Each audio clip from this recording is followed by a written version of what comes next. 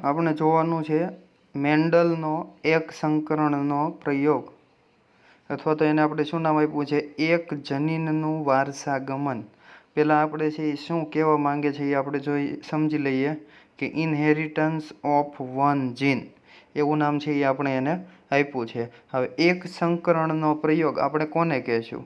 કે સામાન્ય રીતે એક સંકરણ એટલે શું, કે જ્યારે આપણે કોઈ પણ એક લક્ષણને ધ્યાનમાં લઈ શું જોવાનું છે, એક લક્ષણને ધ્યાનમાં લઈ અને સંકરણ કરાવવામાં આવે તો આપણે એને શું કહીશું? એક સંકરણનો પ્રયોગ. દાખલા તરીકે આપણે શું ધ્યાનમાં લઈએ છીએ કે વનસ્પતિની અંદર એની ઊંચાઈ, તો એક લક્ષણ થઈ ગયું કે વનસ્પતિની ઊંચાઈ. તો ઊંચાઈની અંદર બે વિરોધાભાસી હતા કે કાં તો છોડ છે એ ઊંચા હશે, છોડ છે એ શું જોવા મળશે, કાં તો આપણને ઊંચા જોવા મળશે, કાં તો આપણને કેવા જોવા મળશે, નીચા. તો આ એક લક્ષણ થઈ ગયું. હવે દાખલા તરીકે આપણે વનસ્પતિના છોડની ઊંચાઈ અને સાથે આપણે પુષ્પનું સ્થાન, આ બે લક્ષણ છે એ આપણે લીધા, તો સંકરણ એક સંકરણની જગ્યાએ આપણે શું કહેવું પડે? દ્વિસંકરણનો પ્રયોગ. તો અત્યારે આપણે બે જનીનની વાત કરીએ છીએ કે એક જનીન કોની માટે જવાબદાર છે? વનસ્પતિની ઊંચાઈ માટે જવાબદાર હશે, અને બીજું જનીન કોની માટે છે? પુષ્પના સ્થાન માટે. તો પુષ્પના સ્થાનની અંદર આપણને ખ્યાલ છે અગ્રીય અને કક્ષીય, બે એના વિરોધાભાસી સ્થાન આપણે જોયા હતા. તો આપણે આજના લેક્ચરમાં શું જોવાનું છે? એક સંકરણનો પ્રયોગની વાત છે એ આપણે કરવાની છે. એક સંકરણ એટલે શું થાય? ખાલી એક જ લક્ષણ, વનસ્પતિની ઊંચાઈ, કાં તો છોડ આપણને ઊંચા જોવા મળશે અથવા તો કેવા જોવા મળશે? નીચા. અને આની માટે કેટલા જવાબદાર છે? જનીન વન જીન. એટલા માટે આપણે શું કીધું છે? ઇનહેરિટન્સ ઓફ વન જીન, એટલે કે એક જનીનનું વારસાગમન, કે એક પેઢીમાંથી બીજી પેઢીમાં જ્યારે એક જનીનનું વારસાગમન થાય તો એની અંદર આપણને શું ફેરફાર જોવા મળે એ આપણે આજના લેક્ચરની અંદર છે એ જોશું. હવે સૌપ્રથમ આપણે બેઝિક સમજી લઈએ. તો આપણે છે એ આગળ જોઈએ કે મેન્ડલે છે એ એક સંકરણના પ્રયોગ કર્યો એ પહેલાં એણે છે એ વટાણાના છોડ ઉપર છે એ ઘણી બધી માહિતી છે એ મેળવી. એણે શું જોયું? તો કે વટાણાના છોડની પહેલાં આપણે માહિતી મેળવી લઈએ કે વટાણાના છોડની અંદર આપણને શું જોવા મળશે? દલપત્ર જોવા મળશે. આ સિવાય પરાગાસન. હવે પરાગાસન એટલે શું થાય? કે જેની ઉપર શું આવેલું છે? પરાગાશય. અને પરાગાશયની અંદર આપણને છે એ શું જોવા મળે? પુંકેસર છે એ જોવા મળે. અને પુંકેસરની અંદર છે એ શું આવેલું હોય? પરાગરજ આવેલી છે એ આપણને જોવા મળે. એટલે કે પુંકેસર અને આ સિવાય આપણને શું જોવા મળે? સ્ત્રી કેસર. તો પુંકેસર અને સ્ત્રી કેસર બંને જો આવેલા હોય તો આ પ્રકારના છોડને અથવા તો આ પ્રકારના પુષ્પને આપણે છે કેવું પુષ્પ છે એ કહીએ છીએ? ઉભયલિંગી પુષ્પ છે એ આપણે એને કહેશું. એટલે વટાણાના છોડની અંદર આપણને કેવું જોવા મળે? ઉભયલિંગી. તો મેન્ડલે છે એ શું સૌ પ્રથમ છે એ શું કર્યું? તો કે મેન્ડલે છે એ આર્ટિફિશિયલ અથવા તો કૃત્રિમ રીતે પરાગનયનની પ્રક્રિયા, જે આપણે યુનિટ નંબર 2ની અંદર ભણી ગયા, એણે શું કર્યું? તો કે જે પિતૃ છોડ હતા, તો પિતૃની અંદરથી જે એક છોડમાંથી એણે શું કર્યું? તો કે પરાગાશયને દૂર કર્યું. હવે પરાગાશયને દૂર થાય એટલે શું એની અંદરથી દૂર થઈ જાય? પરાગરજ અથવા તો પુંકેસર આખું શું થઈ જાય છે? દૂર થઈ જાય છે. અને પુંકેસરની અંદરની પરાગરજ એણે દૂર કરી નાખી. હવે પરાગરજ દૂર થઈ ગઈ ત્યારબાદ એણે શું કર્યું? તો કે આખી જે પુષ્પ હતો એની ફરતે બેગિંગ, એટલે કે આ રીતની એક કોથળી ચડાવી દીધી. કોથળી ચડાવી દીધી એટલા માટે શું થશે? તો કે બીજી કોઈ પરાગરજ છે એ આની અંદર સ્થાપિત થઈ શકશે નહીં. અને જે બીજું જે પુષ્પ હતું, આ બીજું પુષ્પ કે જ્યારે પરિપક્વ થશે ત્યારે આની પરાગરજ છે એ એકઠી કરી અને કોની ઉપર છંટકાવ કરવામાં આવશે? કે જેની આપણે બેગિંગ કર્યું છે એની ઉપર, જેના લીધે છે એ પરફેક્ટ રિઝલ્ટ છે એ મળી શકે. તો આ પદ્ધતિનો ઉપયોગ છે એ મેન્ડલે કર્યો હતો. અને મેન્ડલે આ રીતે પરાગરજનો છંટકાવ કર્યો અને ત્યારબાદ જેનેથી સિંગ અથવા તો જે બીજ મળશે, આ બીજ છે એને પાછું એણે શું કર્યું? ઉગાડ્યા અને એમાંથી નવા છોડ છે એનું નિર્માણ છે એ કર્યું. તો આ રીતે આપણે આખું જે સ્ટેપ વાઇઝ પ્રક્રિયા છે જોવાની છે. જો આની અંદર એક વસ્તુ બીજી સમજી લઈએ કે આ જે ઉપરના જે બે છે એને આપણે શું કહેવાય? પિતૃ પેઢી કહેવાય. શું કહેવાય? પિતૃ પેઢી. અને પિતૃ પેઢી વચ્ચે એણે શું કરાવ્યું? તો કે પરાગનયનની પ્રક્રિયા કરાવી. પરંતુ આની અંદર કેવું પરાગનયન થાય છે? પરપરાગનયન. એટલે કે બીજા છોડ છે એની પુંકેસર છે એની પરાગરજ છે એ બીજા છોડ ઉપર સ્થાપિત કરવી. અને સ્વપરાગનયન એટલે એક જ છોડ હતો તો એક જ પુષ્પની અંદર થાય. અને પરપરાગનયન કરાયું પિતૃ પેઢી વચ્ચે. શું થયું? ફલનની પ્રક્રિયા થઈ. એટલે જે પ્રથમ પેઢી મળે આને આપણે શું કહેવાય? F1 તરીકે ઓળખી શકીએ. F એટલે શું થાય? ફિલિયલ. અને F1 એટલે કે પ્રથમ પેઢી આપણને છે જોવા મળે. તો આ વસ્તુ આપણે યાદ રાખવાની છે. હવે સૌપ્રથમ આપણે જોઈએ કે મેન્ડલે શું કર્યું? તો કે પિતૃ તરીકે બે પ્રકારના છોડ પસંદ કર્યા. એક ઊંચા છોડ પસંદ કર્યા અને એક નીચો છોડ પસંદ કર્યો. અને આ બંને છોડ છે, આ બંને કેવા છોડ છે? તો કે શુદ્ધ છોડ એણે પસંદ કર્યા. હવે જો શુદ્ધ કોને કહેવાય? તો કે બંને શુદ્ધ છોડ એટલે કે એની અંદરના જે જનીનો છે એ કેવા હશે? શુદ્ધ હશે, સરખા હશે, અથવા તો આપણે એને કહીએ છીએ સમયુગ્મી હશે. તો કે ઊંચા છોડ માટે કેવા જનીન એણે પસંદ કર્યા? તો કે કેપિટલ ટી, કેપિટલ ટી. નીચા છોડ માટે કેવા જનીન હશે? Small T, small T. તો આ કેપિટલ ટી અને small T, small T. Small T શું દર્શાવે છે? નીચા છોડ. અને કેપિટલ ટી શું દર્શાવે છે? ઊંચા છોડ. એક વસ્તુ યાદ રાખવાની, જન્યુઓ હંમેશા કેવા હોય? જોડીની અંદર. હવે આ બંને વચ્ચે એણે સંકરણ કરાવ્યું તો F1 પેઢી મળશે. શું મળે? F1 પેઢી. ઉપરના બંને છોડને શું કહેવાય? પિતૃ પેઢી. તો પિતૃ પેઢીમાંથી એને શું મળ્યું? F1 પેઢી. પરંતુ આ બંને વચ્ચેનું જે પરાગનયન છે એ કેવું થઈ જાય? પરપરાગનયન છે એ થશે. હવે પરપરાગનયન થઈ ગયું ત્યારબાદ પ્રથમ પેઢીની અંદર જે છોડ મળ્યા આ બધા છોડ આપણને ઊંચા મળશે. કેવા મળે? ઊંચા છોડ. જો અહીંયા નીચા લખ્યું છે, બુકની અંદર મિસ્ટેક છે, ત્યાં આપણે શું કરી નાખવાનું છે? ઊંચા છોડ બધા મળશે. આકૃતિ વ્યવસ્થિત દોરી છે, લખવાની અંદર છે એ થોડીક મિસ્ટેક થઈ ગઈ છે. એટલે છોડ છે એ પ્રથમ પેઢીની અંદર આપણને કેવા મળ્યા? બધા ઊંચા છોડ મળ્યા. હવે આ ઊંચા છોડ છે એની વચ્ચે પાછું એણે ફલન કરાવ્યું. એટલે કે આ બંને જે છોડ મળ્યા આની વચ્ચે એણે સ્વફલન પાછું કરાવ્યું. એટલે કે અંદરો અંદર. તો એની અંદર પાછા જ નવા 4 છોડ મળ્યા. આ 4 છોડની અંદર આ શું થઈ ગયું? F2 પેઢી. F1 પેઢી વચ્ચે આપણે પરાગનયનની પ્રક્રિયા કરાવશું તો આપણને કઈ પેઢી મળશે? F2 પેઢી મળે. અને F2 પેઢીની અંદર એને શું જોવા મળ્યું? તો કે એની અંદર એને 3 છોડ છે એ કેવા જોવા મળ્યા? ઊંચા. અને એક છોડ છે એ કેવો જોવા મળ્યો? નીચો. તો આની અંદર એક વસ્તુ મેન્ડલે જોઈ કે પ્રથમ પેઢીની અંદર એણે શું પિતૃ કેવા લીધા હતા? એક ઊંચો છોડ લીધો હતો, એક નીચો છોડ લીધો હતો. તો F1 ની અંદર બધા છોડ કેવા મળ્યા? એને ઊંચા મળ્યા. પરંતુ F2 પેઢીની અંદર 3 છોડ ઊંચા અને એક છોડ કેવો મળ્યો? નીચો. એટલે પિતૃ પેઢીના લક્ષણો એને શેમાં જોવા મળ્યા? F2 પેઢીમાં જોવા મળ્યા.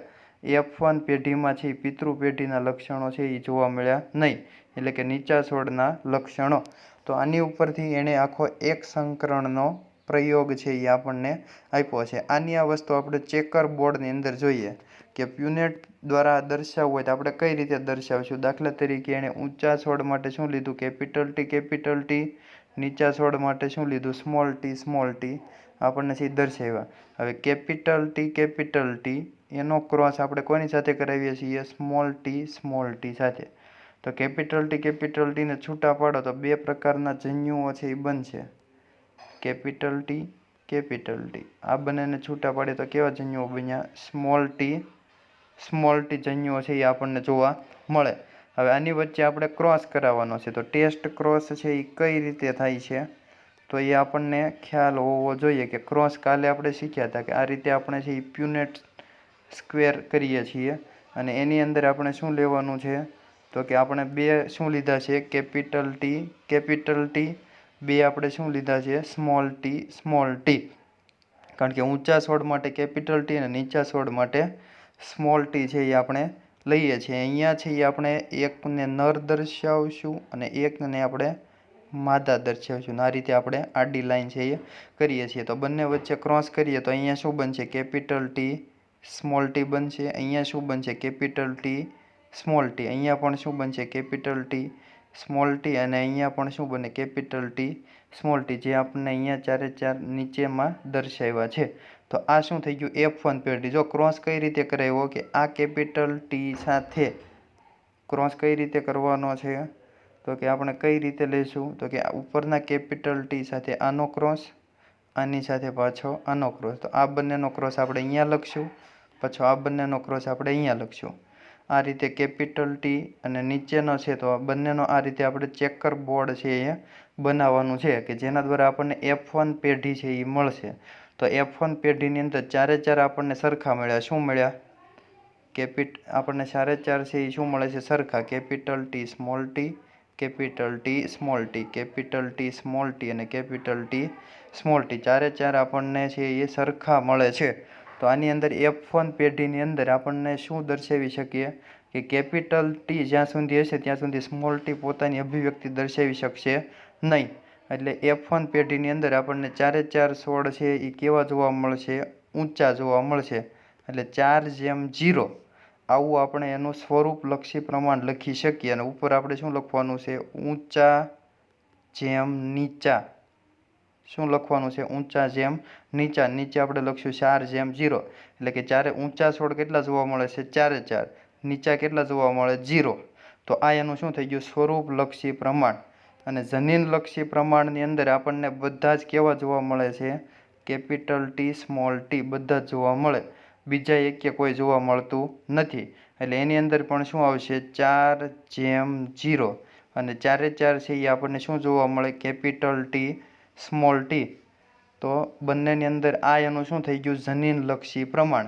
કે જનીનો ચારે ચારની અંદર સરખા છે, એકે અલગ જનીન આપણને જોવા મળતું નથી. તો F1 પેઢીની અંદર જનીનલક્ષી પ્રમાણ અને સ્વરૂપલક્ષી પ્રમાણ બંને કેવા મળશે? સરખા. હવે F1 પેઢીમાં જે ચારે ચાર આપણને મળ્યા છે એમાંથી આપણે કોઈ પણ બે દાખલા તરીકે પસંદ કરી લઈએ, આ બે. અને આ બે વચ્ચે આપણે શું કરાવીએ છીએ? સ્વફલન કરાવીએ છીએ. સ્વફલન એટલે કે બંને છોડ કેવા છે? ઊંચા છે. પરંતુ એક વસ્તુ યાદ રાખવાનું કે મેન્ડલે જે સૌ પ્રથમ જે લીધા હતા આ કેવા હતા? શુદ્ધ છોડ હતા. કેવા હતા? શુદ્ધ. એટલે કે બંનેની અંદર જનીનો છે શુદ્ધ હતા. કાં તો કેપિટલ ટી હોય, કાં તો સ્મોલ ટી હોય. અને શુદ્ધ અથવા તો આપણે એને શું કહેવાય? સમયુગ્મી જનીનો હતા. પરંતુ અહીંયા જે આપણે બંને છોડ કેવા લીધા છે? F2 પેઢીની અંદર બંને છોડ ઊંચા લીધા છે. પરંતુ એની અંદર જનીનો છે એ કેવા છે? વિષમયુગ્મી છે. એટલે કે કેપિટલ ટી સ્મોલ ટી. છોડ ઊંચો જ બનશે. શા માટે ઊંચો બનશે? કારણ કે એની અંદર કેપિટલ ટી જ્યાં સુધી હશે ત્યાં સુધી સ્મોલ ટી પોતાની અભિવ્યક્તિ દર્શાવી શકશે નહીં. તો કોઈ પણ બે લીધા છે અને એની વચ્ચે આપણે શું કરાવીએ છીએ? સ્વફલન કરાવીએ છીએ. તો ક્રોસ આપણે બનાવીએ. દાખલા તરીકે અહીંયા હું ડ્રો કરું છું કે આપણે પ્યુબેટ સ્ક્વેર બનાવીએ કે કેપિટલ ટી સ્મોલ ટી. અહીંયા આપણે શું લીધું? Capital T small T. હવે આની વચ્ચે આપણે શું કરાવવાનું છે? ક્રોસ. તો અહીંયા શું બનશે? કેપિટલ ટી બનશે. અહીંયા શું બનશે? કેપિટલ ટી સ્મોલ ટી બનશે. અહીંયા આપણને શું જોવા મળશે? Capital T small T. અને અહીંયા આપણને શું જોવા મળશે? સ્મોલ ટી જોવા મળશે. એકને આપણે શું શેના બદલે કે નર અને એકમાં આપણે શું દર્શાવશું? માદા. હવે શા માટે નર અને માદા દર્શાવ્યું છે? તો કે ઉપરનો એક છોડ છે એની અંદરથી આપણે શેનો ઉપયોગ કરીએ છીએ? પુંકેસરનો ઉપયોગ કરીએ છીએ. અને નીચેનો જે છોડ છે એની અંદરથી આપણે શેનો ઉપયોગ કરીએ છીએ? સ્ત્રીકેસરનો ઉપયોગ કરીએ છીએ. અને પુંકેસરમાંની પરાગરજ સ્ત્રીકેસર ઉપર શું થશે? સ્થાપિત થશે.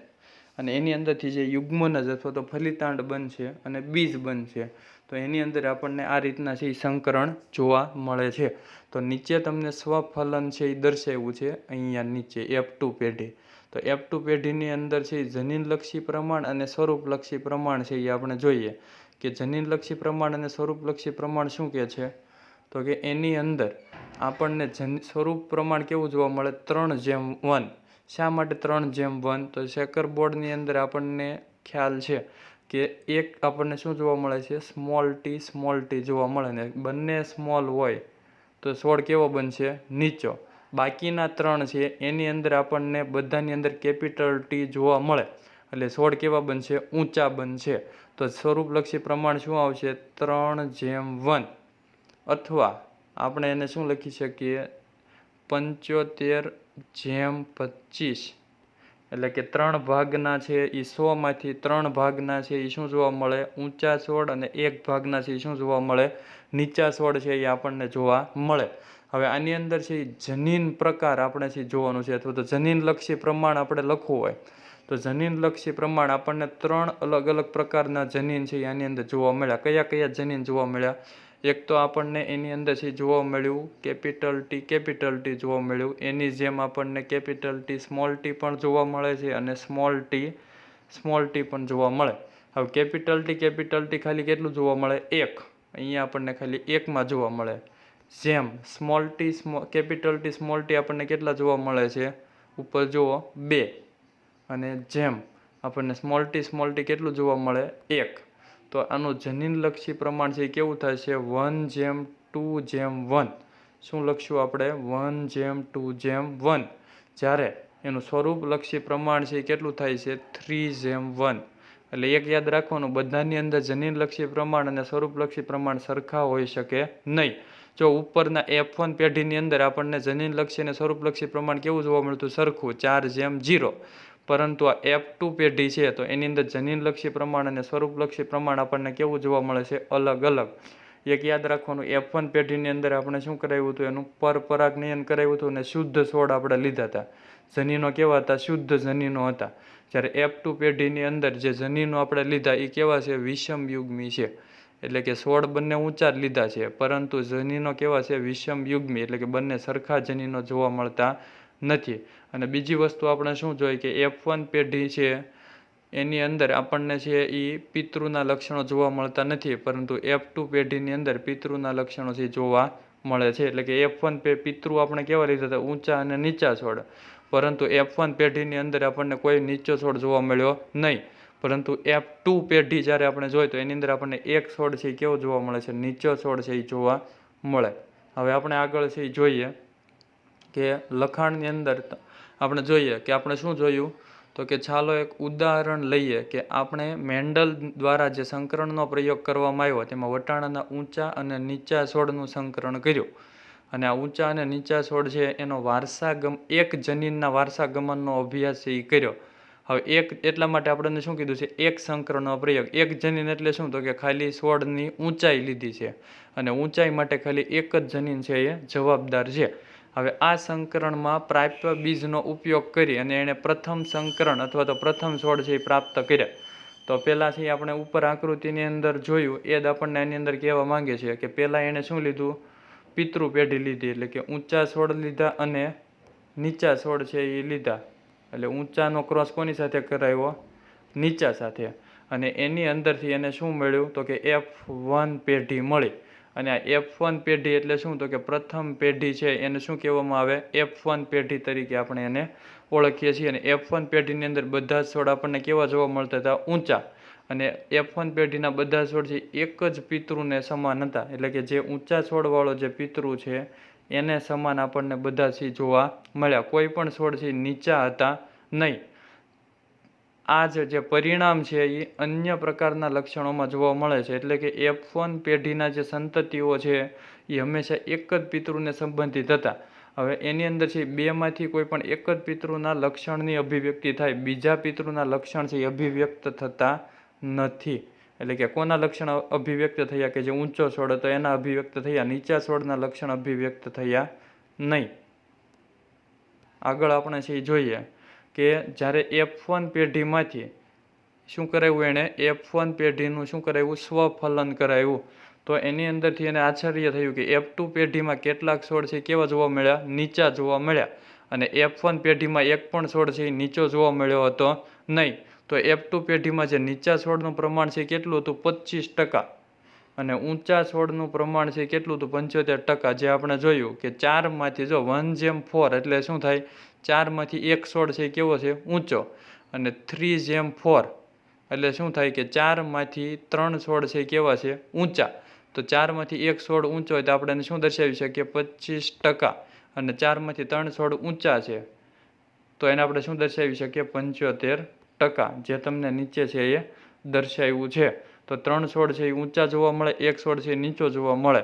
પરંતુ એક વસ્તુ યાદ રાખવાની છે કે કોઈ પણ પ્રકારનું સમિશ્રણ જોવા મળતું નથી.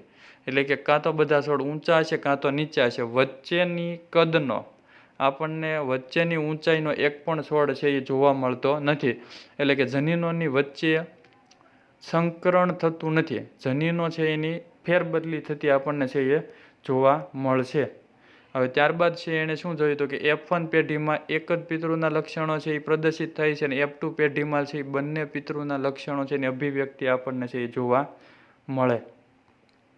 હવે આ ઉપરથી મેન્ડલે છે એ શું કીધું તો કે આ ઉપરથી મેન્ડલે છે એ એક બાબત કીધી કે જે પિતૃમાંથી જે જન્યુઓ માધ્યમ દ્વારા ઉત્તરોત્તર પેઢીમાં વહન પામે છે, એટલે કે પિતૃમાંથી જે લક્ષણોની અભિવ્યક્તિ માટે જે જન્યુઓ અથવા તો જે જનીનો છે એ વહન પામે છે આગળની પેઢીમાં, આને એણે શું કીધું કારકો તરીકે ઓળખ્યા, અને જેને આપણે અત્યારે શું કહીએ છીએ જનીન તરીકે આપણે એને ઓળખીએ છીએ. અને જનીન એટલે શું તો કે આનુવંશિકતાનો એકમ, જે આપણે આગળના લેક્ચરની અંદર જોયો. અને જનીન છે તો આ જનીનની અંદર છે એ શું આવેલું હોય વૈકલ્પિક કારકો, દાખલા તરીકે T, તો આ બંનેને શું કહેવાય વૈકલ્પિક કારકો તરીકે આપણે એને ઓળખીએ છીએ, અથવા તો T, આ તો આ જન્યુઓ છે એ હંમેશા કેવા હોય જોડીમાં, અને જેને આપણે વૈકલ્પિક કારકો તરીકે ઓળખીએ છીએ. હવે નીચે છે એ આપણને આપ્યું છે કે જે આપણે થોડુંક રિપીટ કરી લઈએ કે આગળના લેક્ચરની અંદર હતું એ જ વસ્તુ આપણને અહીંયા સમજાવી છે કે સામાન્ય રીતે મોટી લિપિમાં F1 તબક્કામાં જે અભિવ્યક્ત થાય છે, એટલે કે F1 તબક્કાની અંદર કોણ અભિવ્યક્ત થયું ઊંચા સ્વર, તો એને આપણે શેની તરીકે દર્શાવીએ છીએ મોટી લિપિ તરીકે, અને નાની લિપિમાં અન્ય વ્યક્ત થતી અભિવ્યક્તિનો ઉપયોગ કરવામાં આવે છે, એટલે કે ઊંચાઈના લક્ષણ એટલે કે ઊંચી અભિવ્યક્તિ માટે આપણે શું લીધું T, અને નીચી અભિવ્યક્તિ માટે આપણે શેનો ઉપયોગ કર્યો t નો ઉપયોગ છે એ આપણે કરીએ છીએ. હવે સામાન્ય રીતે મેન્ડલે એક વસ્તુ છે એ સાબિત કરી. શું સાબિત કર્યું કે શુદ્ધ સંવર્ધિત વટાણાની જે જાત છે એની અંદર ઊંચા અથવા તો નીચા એલલ સમયુગ્મી હશે. એટલે કે સમયુગ્મી એટલે શું તો કે સૌપ્રથમ જે શુદ્ધ સંવર્ધિત વટાણાની જાત હોય તો શુદ્ધ જાતની અંદર બંને જનીનો કેવા હશે સમયુગ્મી, એટલે કે કેવા હશે સરખા હશે. એટલે કે કાં તો T હોઈ શકે અને કાં તો t હોઈ શકે. આને શું કહેવાય એનો જનીન પ્રકાર કહેવાય. અને જે ઊંચા સ્વર જે આપણે કહીએ ઊંચા નીચા જે દર્શાવીએ છીએ એને શું કહેવાય એનો સ્વરૂપલક્ષી પ્રમાણ, અથવા તો એને શું કહેવાય એનું સ્વરૂપ પ્રકાર તરીકે આપણે એને ઓળખીએ છીએ. તો આની અંદર જનીનલક્ષી પ્રમાણ અને સ્વરૂપલક્ષી પ્રમાણ કોને કહેવાય એ આપણને દર્શાવ્યું છે. અને T કોની માટે લેવાનો છે કે જે પ્રભાવી હોય એની માટે કેપિટલ અક્ષર આપણે લઈએ છીએ, અને જે પ્રચ્છન્ન એટલે કે જેનું લક્ષણ છે એ પ્રથમ પેઢીમાં આપણને જોવા મળ્યું નથી એની માટે આપણે કયો અક્ષર વાપરશું સ્મોલ અક્ષરનો ઉપયોગ છે એ આપણે કરશું. હવે મેન્ડલે છે એ શું જોયું તો કે F1 પેઢીમાં વિષમયુગ્મી સ્વરૂપ પ્રકાર આપણને છે જોવા મળ્યો. વિષમયુગ્મી એટલે F1 પેઢી અંદર શું જોવા મળ્યું આપણને T, છે જોવા મળ્યા, પરંતુ એનું જે સ્વરૂપલક્ષી પ્રમાણ છે એ આપણને કેવું જોવા મળતું હતું બિલકુલ સમાન, પિતૃને સમાન છે જોવા મળતું હતું. એના દ્વારા એણે શું કીધું તો કે જે F1 પેઢીની અંદર જે આપણને પ્રભાવી જોવા મળે છે, અથવા તો એક કારક આપણને કેવું જોવા મળશે પ્રભાવી, અને બીજું કારક આપણને કેવું જોવા મળશે પ્રચ્છન્ન કારક તરીકે આપણે એને ઓળખીએ છીએ. અને પ્રભાવી કારક કોને કહેવાય તો કે જે ઊંચાઈ માટેનું જે કારક છે કે જે ઊંચાઈ માટે અથવા તો ઊંચા સ્વર માટે જવાબદાર છે એને શું કહેવાય પ્રભાવી, અને એની માટે આપણે શું વાપરશું T. અને જે નીચા સ્વર માટેનું જે જવાબદાર કારક છે એને આપણે શું કીધું છે પ્રચ્છન્ન કારક, અને એની માટે આપણે શું વાપરશું t વાપરીએ છીએ. પરંતુ બીજી વસ્તુ કે T એટલે શું થાય તો કે ટોલ, ઊંચા સ્વરનો ઊંચા એટલે શું થાય ટોલ, ઇંગ્લિશ શબ્દ, એના ઉપરથી આપણે શું લીધું છે T. પરંતુ નીચા સ્વરનું ઇંગ્લિશ શું થાય ડ્વાર્ફ, નીચા સ્વરને શું કહેવાય DWARF, ડ્વાર્ફ તરીકે ઓળખીએ. તો નીચા સ્વર માટે આપણે d અથવા તો D લેવાનો નથી, પરંતુ આપણે ઊંચા સ્વર માટે T લઈએ છીએ, પરંતુ નીચા સ્વર માટે આપણે D નો અક્ષરનો ઉપયોગ ન કરવો. શા માટે તો કે આની માટે છે યાદ રાખવું કઠિન બની જાય. એટલા માટે જે ઊંચા સ્વર માટે આપણે લેતા હોઈએ તો T લીધો છે તો એનું જ તે શું લેવાનું છે નાની લિપિનો અક્ષર આપણે નીચા સ્વર માટે ઉપયોગ કરવાનો છે, કે જેના લીધે આપણને છે યાદ રાખવામાં શું રહેશે સરળતા રહે. તો મેન્ડલનો જે એક સંકરણનો પ્રયોગ છે એની અંદર એણે શું કર્યું છે તો કે એક જ લક્ષણને ધ્યાનમાં લીધું છે, એટલા માટે આપણે એને શું કીધું છે એક સંકરણના પ્રયોગ તરીકે ઓળખીએ છીએ. આગળ આપણે જોઈએ કે આની અંદર તમને બેઝિક માહિતી આપી છે કે આપણે એક સંકરણનો પ્રયોગ છે તો એની અંદર આપણે કઈ રીતે આખો પ્રયોગ છે દર્શાવ્યો છે. તો એણે શું કર્યું તો કે સૌ પ્રથમ છે એ કોઈ પણ લક્ષણ એટલે કે બે સ્વર છે એ આપણે લીધા છે, ઊંચા સ્વર અને નીચા સ્વર છે એ આપણે લીધા છે. તો ઊંચા સ્વર અને નીચા સ્વર છે એ શેનું નિર્માણ કરશે? અર્ધીકરણ કરી અને જન્યુઓનું નિર્માણ કરશે. જો આપણને ખબર છે જન્યુઓ હંમેશા કેવા હોય? એકકીય હોય. અને જન્યુઓ એટલે અહીંયા શેની વાત થાય? પુષ્પ હોય તો એની અંદર જન્યુઓ તરીકે શું આવેલું હોય? પરાગરજ. અને પરાગરજની અંદર નરજન્યુઓ છે અને અંડકની અંદર આપણને શું જોવા મળશે? માદા જન્યુ છે એ જોવા મળશે. અને આ જન્યુઓ હંમેશા કેવા છે? એકકીય આપણને છે જોવા મળશે. અને એકકીય ક્યારે બને? તો કે અર્ધીકરણની પ્રક્રિયા થઈ અને જન્યુઓનું નિર્માણ છે એ કરશે.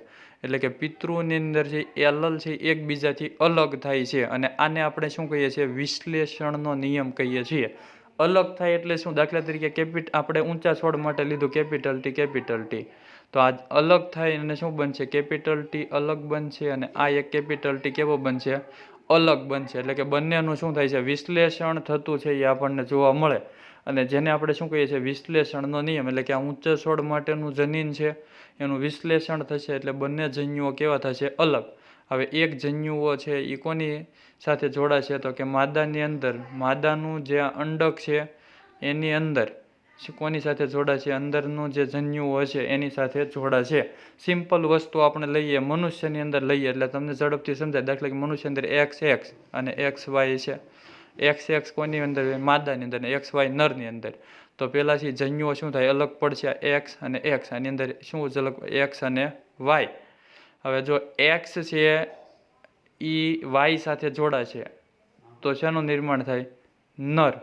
અને X છે એ X સાથે જોડાશે તો શું બને? માદા છે એ બનશે. તો આ રીતે જન્યુઓ છે એ પહેલાં શું થાય? છૂટા પડે. એટલે કે એનું શું થાય? વિશ્લેષણ થાય. ત્યારબાદ આ જન્યુઓ છે એ કોની સાથે જોડાશે? અંડક સાથે અથવા તો માદા સાથે જોડાશે. તો આ વસ્તુ આપણને છે અહીંયા સમજાવી છે. અને આને આપણે શું કહીએ છીએ? એલલ્સ તરીકે ઓળખીએ છીએ.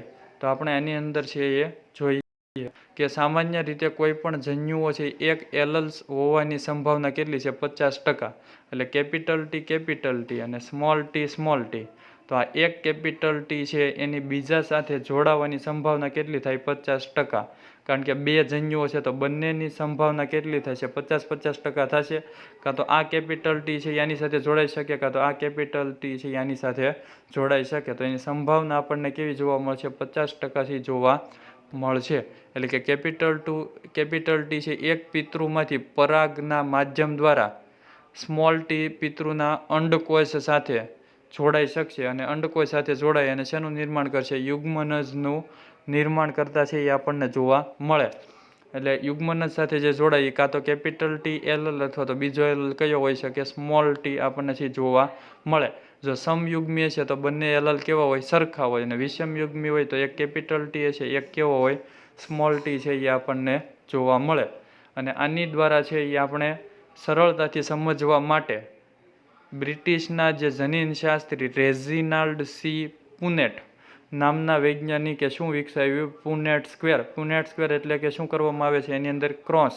આ રીતે આપણે ક્રોસ દર્શાવીએ છીએ જેની અંદર આપણે કેપિટલ ટી, સ્મોલ ટી અને એની સંભાવના અહીંયા આપણને મળશે. તો આ છે એ પુનેટ સ્ક્વેર બનાવવાની રીત આ કોના દ્વારા છે વિકસાવવામાં આવી? રેજિનાલ્ડ સી પુનેટ દ્વારા વિકસાવવામાં આવી.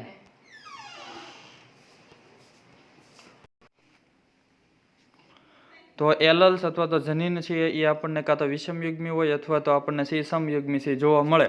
અને જેના દ્વારા આપણે છે પુનેટ સ્ક્વેર છે એ બનાવવાનો છે. હવે પુનેટ સ્ક્વેરમાં ઊંચા છે એને આપણે નર તરીકે લીધા છે અને નીચા સ્વર છે એને આપણે શેની તરીકે લીધા છે? માદા તરીકે લીધા છે. હવે F1 પેઢીની અંદર આપણને કેવા મળ્યા? કેપિટલ ટી, સ્મોલ ટી મળ્યા. અને F1 પેઢીની અંદર આ જે કેપિટલ ટી, સ્મોલ ટી છે એનું આપણે શું કરાવ્યું? સ્વફલન કરાવ્યું. એટલે સ્વફલન કરાવ્યું તો F2 પેઢીની અંદર આપણને છે 3 વસ્તુ મળી. જો આ 3 વસ્તુ આપણે કેપિટલ ટી, સ્મોલ ટી અને સ્મોલ ટી 3 પ્રકારના જનીનો છે એ આપણને મળ્યા. તો આની અંદર આપણને સમજાવવામાં આવ્યું છે કે સામાન્ય રીતે પેઢીની અંદર છે કેપિટલ ટી, સ્મોલ ટી જનીન છે તો આનું આપણે કોની સાથે ક્રોસ કરાવીએ છીએ? બીજા કેપિટલ ટી, સ્મોલ ટી સાથે. તો આ કેપિટલ ટી, સ્મોલ ટી છે એ શું થાય છે? જન્યુ હંમેશા કેવો? એકકીય એટલે બંને છૂટા પડશે. એટલે આ એક કેપિટલ ટી જન્યુ બન્યો, એક સ્મોલ ટી જન્યુ બન્યો. તો આ બંનેની આની સાથે જોડાવાની સંભાવના કેવી હોય? 50% 50%. આ રીતે આના જન્યુઓ પણ બંને કેવા પડશે? છૂટા પડશે. કેપિટલ ટી અને સ્મોલ ટી છૂટા પડશે. હવે આની અંદર આપણે જોઈએ કે આ કેપિટલ ટી છે એ કાં તો આની સાથે જોડાઈ શકે, કાં તો કોની સાથે જોડાઈ શકે? આની સાથે. એટલે બંને સાથે જોડાવાની સંભાવના 50%. અને સ્મોલ ટી છે એ આની સાથે જોડાઈ શકે અથવા તો આ સ્મોલ ટી સાથે જોડાઈ શકે. તો એની સંભાવના પણ કેટલી આપણને જોવા મળે? 50%. એટલે સામાન્ય રીતે ઓવરઓલ આપણે જોઈએ તો આપણને 3 પ્રકારના કોમ્બિનેશન મળે. કાં તો કેપિટલ ટી બને, કાં તો કેપિટલ ટી સ્મોલ ટી બને, અને કાં તો શું બનશે? સ્મોલ ટી બનશે. એટલે આ 3 પ્રકારની સંભાવના આપણને છે એ જોવા મળે.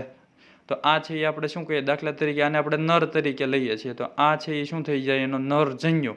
અને આને માદા તરીકે લઈએ છીએ તો આ એનું શું થઈ ગયું? અંડક. તો અંડકની અંદર નર જન્યુ છે એ જોડાય અને ફલન કરી અને શેનું નિર્માણ કરે? ફલિતાંડનું. હવે આની સાથે જોડાશે તો કેવા બનશે? બંને કેપિટલ ટી બનશે. સ્મોલ ટી સાથે જોડાય તો બંને કેવા બને? Small T. તો આ રીતે છે એ આખી સંભાવના છે એ આપણે યાદ રાખવાની છે.